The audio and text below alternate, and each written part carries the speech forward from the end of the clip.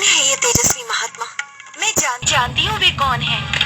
उनका नाम सहजानंद है और वे यहाँ बहुत बड़ा अहिंसामय यज्ञ करवा रहे हैं। सारे लोग उन्हें सर्वोपरि श्री स्वामी नारायण भगवान कहते हैं। सच? तब तो मुझे भी उनके दर्शनों के लिए जाना चाहिए। ये संभव नहीं है। वहाँ बड़े बड़े पंडित होंगे, सम्मानित लोग होंगे, हमें वहाँ कोई नहीं जाने देगा। अब ये सोच विचार छोड़, शाम की तैयारी कर। चल चल रूपा।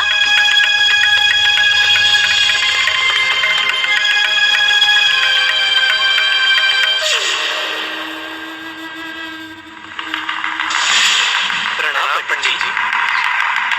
प्रणाम बाद में, पहले ये बताओ उस योगी के बारे में पता चला?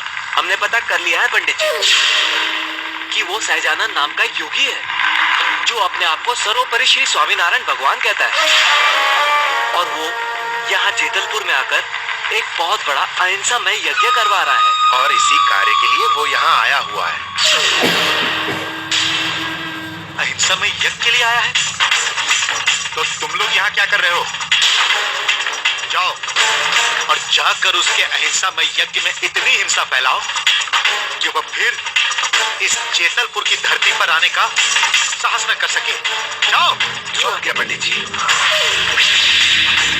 अब देखता हूँ वो योगी कैसे अपने अहिंसामय यज्ञ का आयोजन करता है।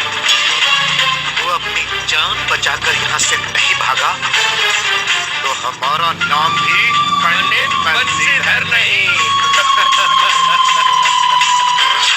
पंडित बंसीधर ने अच्छों की बंसी बजाई है तो बच के कहाँ जाएगा वो सहजानंद। यज्ञ कार्य में हमें हरिभक्तों के साथ कुछ स्त्री भक्तों की भी सेवा लेनी होगी, क्योंकि कुछ कार्य ऐसे हैं जिन्हें स्त्री भक्त उत्तम प्रकार से कर सकती है। क्षमा करें स्वामी जी महाराज, क्या यज्ञ में स्त्री को बुलाना उचित होगा? कहीं ऐसा ना हो यज्ञ में आने वाले हरिभक्त इसका विरोध कर बैठे। यदि किसी ने ऐसा किया तो इसका अर्थ यही होगा कि वे हमारे सच्चे भक्त नहीं हैं, क्योंकि स्त्री भक्त हमारे लिए पूजनीय है और जो हमारे लिए पूजनीय है भला उनसे कैसा विरोध। आपने संकोच होकर स्त्री भक्तों को बुलाकर उनसे श्रमदान लें। आप सत्य कह रहे हैं महाराज जी। अतः अब हमें अपने भक्तों के भोजन के लिए आटे की व्यवस्था करनी होगी। इसलिए हमें स्त्री भक्तों से कहना होगा कि वो शिविर जाकर गेहूं ले जाए और आटा बना लाए। जाओ भाई, जाकर ये घोषणा करवा दो कि कल से सारी महिलाएं भक्त श्रम में आकर अपना श्रमदान करें। जैसी आज्ञा मुक्तानंद जी। जी। इस बात का विशेष ध्यान रखा जाए कि हमारे स्त्री भक्तों को किसी भी प्रकार का कष्ट ना हो। शिविर में पूर्ण रूप से वे सुरक्षित हों। जी स्वामी जी, मैं स्वयं जाकर ये व्यवस्था देखता हूँ।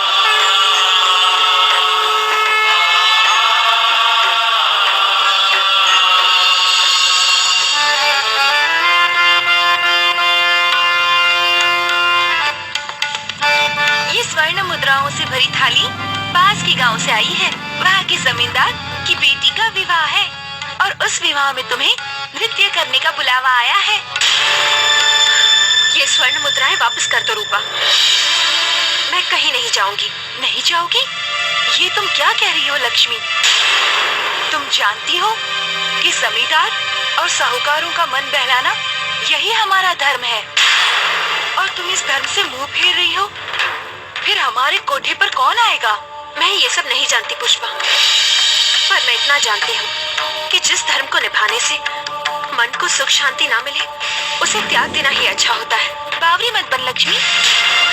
हाथ आई दौलत को ठुकराना ठीक नहीं है। अगर इस धन दौलत ने हमसे मुंह फेर लिया तो हमारा जीना दुभर हो जाएगा और हमारे कोठे पर वीरानी छा जाएगी। तो अब कौन सा सुख मिल रहा है हमें ये सब करने से? सच तो ये है कि जब से हमने सहजानंद जी महाराज के दर्शन किए हैं ना, तब से न जाने मुझे क्या हो गया है। मेरा मन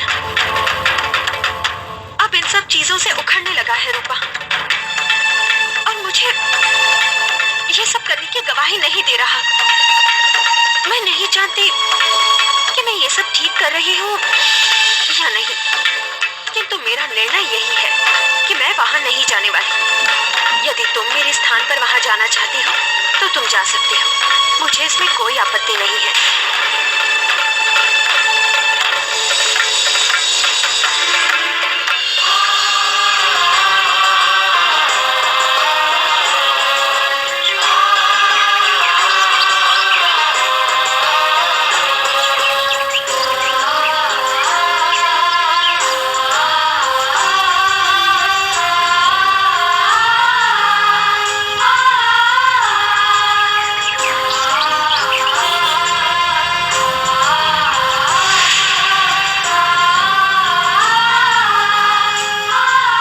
समझ गए ना?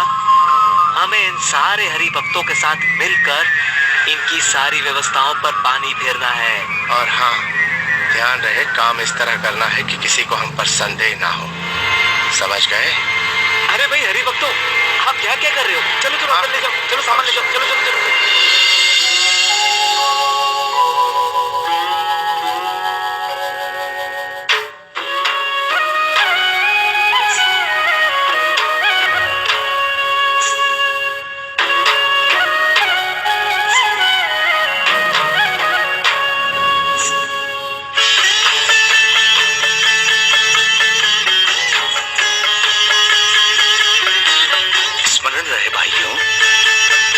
केवल घी, जौ और सविधा ही सामग्री के लिए प्रयोग किए जाएंगे, क्योंकि ये एक अहिंसामय यज्ञ है।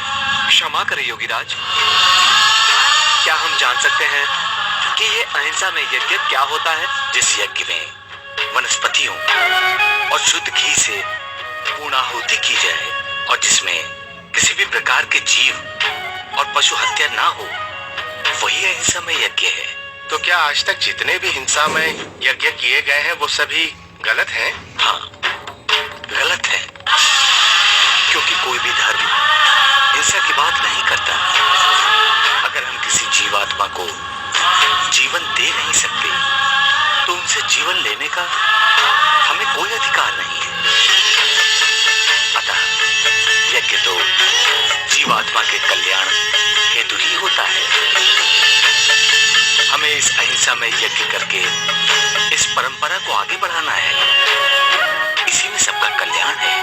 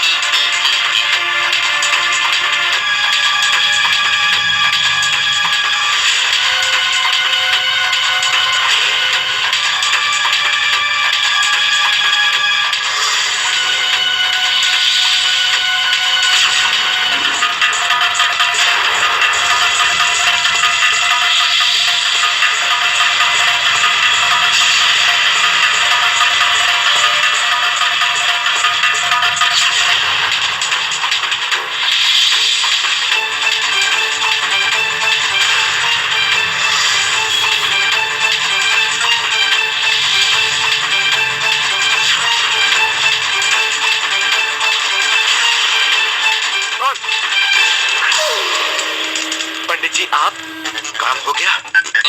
हो गया पंडित जी। अब चले? नहीं, असली काम तो अभी बाकी है। ये मशालें लो और फूंक डालो इस आश्रम को।